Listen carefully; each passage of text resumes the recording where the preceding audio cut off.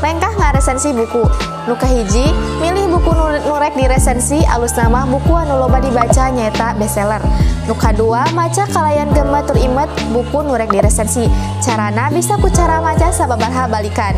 Nu katilu, nyatetkeun hal-hal anu nepi katajieun jeung anu kurang pikatajieun tina isi buku.